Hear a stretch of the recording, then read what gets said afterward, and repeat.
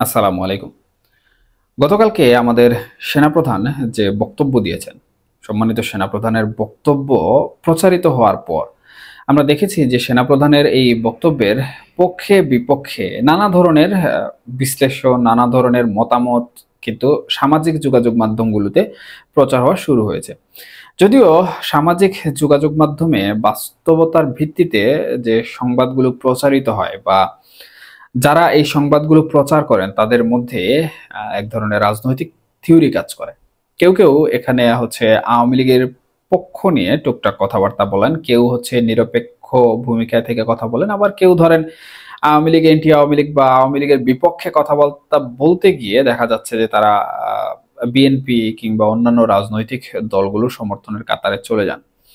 তো সেই হিসাবে এই যে বিভিন্ন ধাঁচ, বিভিন্ন ক্রাইটেরিয়ার মন্তব্য আমরা শুনছি, সেই সকল মন্তব্য কিন্তু খুব একটা যে ভালো ফলাফল নিয়ে আসছে তা কিন্তু নয়। বিগত দিন যখন সরকার পতন হয় আওয়ামী লীগের, অর্থাৎ 5 আগস্ট 2024 সংগঠিত হয়। সেই 5 আগস্ট 2024 সংগঠিত হওয়ার পর বাংলাদেশ সেনাবাহিনী কিন্তু অত্যন্ত গুরুত্বপূর্ণ ভূমিকা পালন করেছে বাংলাদেশের এই প্রেক্ষাপটে। এখন সেনাবাহিনীকে বিভিন্ন কারণে বিভিন্ন রাজনৈতিক ব্যক্তিবর্গ ব্লেম করে থাকেন। তবে আমি এখানে কোনো ধরনের ব্লেম করছি না। আমি যে জিনিসটা বলছি সেটা হচ্ছে সেনাবাহিনী অবশ্যই প্রশংসার দাবি রাখে। কারণ বাংলাদেশের ইতিহাসে কিন্তু এই যে সেনাকু বা সামরিক শাসনটি খুব একটা স্বাভাবিক বিষয়। 1971 সালের মহান মুক্তিযুদ্ধ পরবর্তী সময়ে আমরা বিভিন্ন সময়ে দেখেছি যে বাংলাদেশে সামরিক শাসন হয়েছে, সেনা শাসন হয়েছে এবং একটি সাংবিধানিক সরকারও কিন্তু পতন হয়েছে। বিগত দিনের কথা বলছি আমি, 2024-এর কোনো কথাবার্তা বলছি না। বিগত দিন ইতিহাস পর্যালোচনা করলে যে বিষয়টি দেখা যায়। তো সামরিক কুয়ের কারণে যদি একটি সাংবিধানিক সরকারের মানে পতন হয়ে যায় তাহলে সেক্ষেত্রে 2024 5 আগস্ট যে ঘটনা সৃষ্টি হয়েছে, যে ঘটনা ঘটেছে বাংলাদেশে, তার পরবর্তীতে এখন পর্যন্ত আমাদের সেনাপ্রধান এবং আমাদের সেনাবাহিনী যে অবস্থানে রয়েছে সেই অবস্থান নিঃসন্দেহে প্রশংসার দাবি রাখে। এই প্রশংসা আমি কেন, যে কোনো মানুষ করতে বাধ্য। কারণ সেনাবাহিনীর হাতে অসংখ্য অপরচুনিটি ছিল। সেনাবাহিনীর হাতে মোটামুটি বলা যায় যে বাংলাদেশ সম্পূর্ণটাই ছিল। তো সেনাপ্রধান চাইলে ওনার বাহিনীকে ব্যবহার করে আহ, আমরা পার্শ্ববর্তী দেশ মায়ানমারে দেখছি, হয়তোবা তাদের নির্বাচনের তারিখ ঘোষণা হয়েছে, রিসেন্ট তাদের নির্বাচন হবে, কিন্তু তাদের কিন্তু দীর্ঘ সামরিক শাসন ছিল। তো সেনাপ্রধান চাইলে এরকম কিছু একটা ঘটাতে পারতেন বা এরকম কিছু একটা করতে পারতেন, কিন্তু উনি করেননি। এবং এ বিষয়ে যখন সেনাপ্রধানের কাছে প্রশ্ন করা হয়েছিল কিছুদিন পূর্বে, আমি একটু পিছনে যাচ্ছি, কিছুদিন পূর্বে যখন সেনাপ্রধান একটি বক্তব্য দিচ্ছিলেন তখন কিন্তু এই বিষয়টি নিয়ে সেনাপ্রধান কথা বলেছেন এবং তিনি স্পষ্ট ভাষায় এটি বলেছেন যে বাংলাদেশ সেনাবাহিনীর উপর মহান মুক্তিযুদ্ধ পরবর্তী সময়ে বিভিন্ন ধরনের ব্লেম রয়েছে। এবং তিনি এই বিষয়টি উল্লেখ করেছেন যে সেনাবাহিনী বিভিন্ন সময় বিভিন্ন কু করেছে, বিভিন্ন সরকার পতন করেছে, ক্যান্টনমেন্টে বিশৃঙ্খলা হয়েছে এবং সামরিক শাসন চলে এসেছে। তো এই যে বাংলাদেশের একটি ঐতিহাসিক দিক রয়েছে, সেই ঐতিহাসিক দিক থেকে আমাদের যিনি সেনাপ্রধান রয়েছেন উনি বের হয়ে আসতে চেয়েছেন এবং ওনার বক্তব্যে উনি এই বিষয়টি বুঝাতে চেয়েছেন যে বর্তমান যে সেনাবাহিনী রয়েছে, বর্তমান এই সেনাবাহিনী এ ধরনের কোনো কিছু করবে না বা এই ধরনের হিস্ট্রি থেকে সেনাবাহিনীকে তিনি বের করে নিয়ে আসতে চান। যাই হোক, এই হচ্ছে মনে করেন যে আমাদের সেনাবাহিনীর প্রশংসা পাওয়ার যে একটি বিষয়। এরপরেও বিভিন্ন ধরনের কথাবার্তা রয়েছে, পক্ষে বিপক্ষে একটা বিষয়ের মন্তব্য থাকে, যুক্তি থাকে। তো আমি যে বিষয়টি বলছিলাম যে গতকালকে সেনাপ্রধান যে বক্তব্য দিলেন সেই বক্তব্যের মধ্যে বেশ কিছু বিষয় কিন্তু গুরুত্ব পেয়েছে। এর মধ্যে নির্বাচনের বিষয় তো অবশ্যই ছিল। নির্বাচনের বাইরে আরো দুটো গুরুত্বপূর্ণ বিষয় ছিল। সেটি হচ্ছে সেনাবাহিনীকে নিয়ে যে সকল গুজব সমূহ আমরা দেখতে পাই সামাজিক যোগাযোগ মাধ্যমে, তো অবশ্যই আমি বলবো গুজবের গোডাউন। কারণ এখানে কখন কি ছড়ায়, কে কি বলে, এই বিষয়টা আসলে কোনোভাবে কন্ট্রোলও করা সম্ভব নয়। আর এটা কি বলে ওইটাকে, যাই হোক, এটা আসলে নিয়ন্ত্রণ করা সম্ভব নয়। এখন আপনি রিয়েল আইডি যেগুলো রয়েছে সেগুলো না হয় আপনি কোনোভাবে কাভার করতে পারবেন, কিন্তু ফেক আইডি যেগুলো রয়েছে সেই ফেক আইডি গুলো কিন্তু কোনোভাবে নিয়ন্ত্রণ করা সম্ভব নয়। একটা আপনি নিয়ন্ত্রণ করলেও পরবর্তীতে আরেকটা তৈরি হয়ে যায়। এটা হচ্ছে আমাদের সামাজিক যোগাযোগ মাধ্যমের বর্তমান অবস্থা। তো তো যাই হোক, আমি ফিগারটি নিয়ে কথা বলছি না, আমি বলতে চাচ্ছি যে এই যে সেনাপ্রধান বিভিন্ন গুজবের কথা বলেছেন। এখন বিভিন্ন ধরনের গুজব ছড়ানো হচ্ছে, বিভিন্ন বিষয় নিয়ে কথাবার্তা বলা হচ্ছে। তো সেই বিষয়টি নিয়ে এবার আমরা লক্ষ্য করেছি যে সেনাপ্রধানের নামে বিভিন্ন আইডি খুলে সেটা দিয়ে অপপ্রচার বা প্রচার চালানো হচ্ছে। তো এটি নিয়ে বিবৃতি এসেছে, যদিও কারণ সেনাপ্রধানের কোনো সামাজিক যোগাযোগ মাধ্যম আমরা এখন পর্যন্ত লক্ষ্য করিনি আইডি। তো এই গুজবগুলোর বিষয়ে সেনাপ্রধান কথা বলেছেন, এবং আরেকটি গুরুত্বপূর্ণ বিষয়ে সেনাপ্রধান কথা বলেছেন, সেটি হচ্ছে এটি সাধারণত সেনাপ্রধান এখানে একটু বুদ্ধি খাটিয়েছেন। বুদ্ধি খাটিয়েছেন বলতে আমি বুঝাতে চাচ্ছি যে আপনারা সবাই বক্তব্য শুনেছেন, এবং এই বিষয় নিয়ে হাজার হাজার কথা ইউটিউব, ফেসবুকে আপনারা লক্ষ্য করবেন, মতামত পাবেন। এটা কোনো বিষয়ই না। তো আমি যে জিনিসটা বলছি যে আপনারা অবশ্যই জানেন এবং আপনারা সবাই বুঝতে পেরেছেন যে সেনাপ্রধান আসলে কাকে মিন করে এই কথাগুলো বলেছেন টু দা পয়েন্ট। তো সেক্ষেত্রে উনি কোনো রাজনৈতিক দলের নাম উল্লেখ করেননি।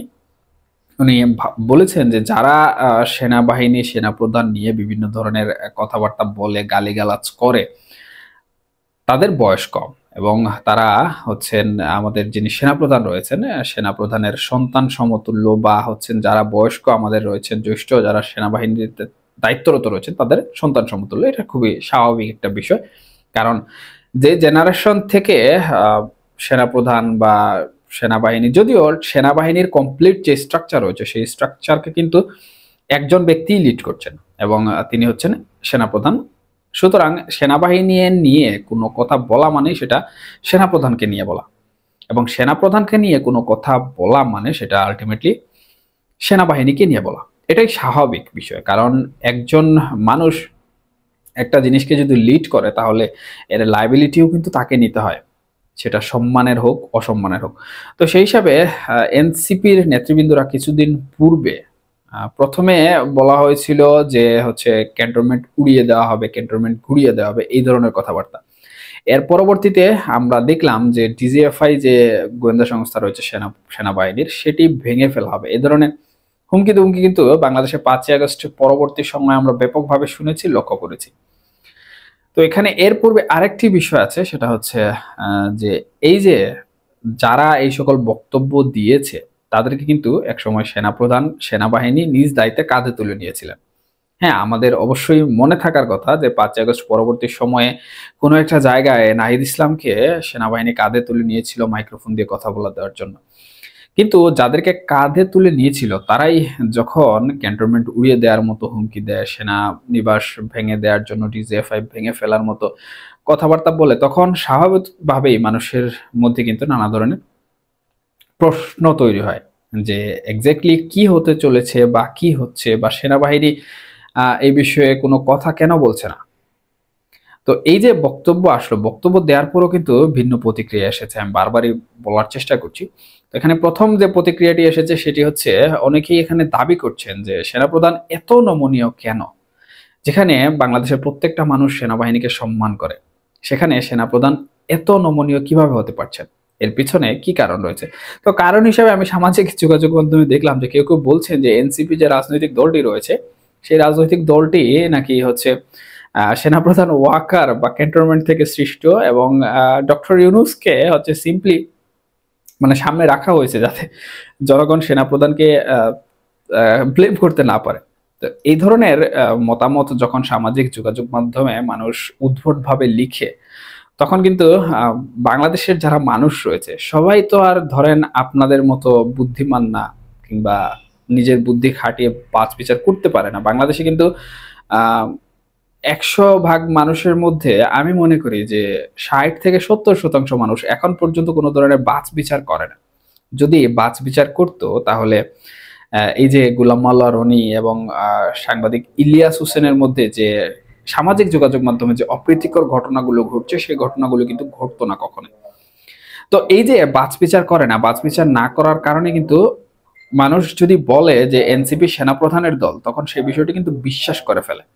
হ্যাঁ, এবং তাদের মধ্যে একটি প্রতিক্রিয়া সৃষ্টি হয়ে যায়। এর পূর্বে আমরা জেনেছি যে এনসিপি কে বিভিন্নভাবে বলা হয়েছে যে এনসিপি হচ্ছে কিংস পার্টি, এই একটি তকমা কিন্তু তাদের উপর এখন পর্যন্ত আছে, স্টিল নাও।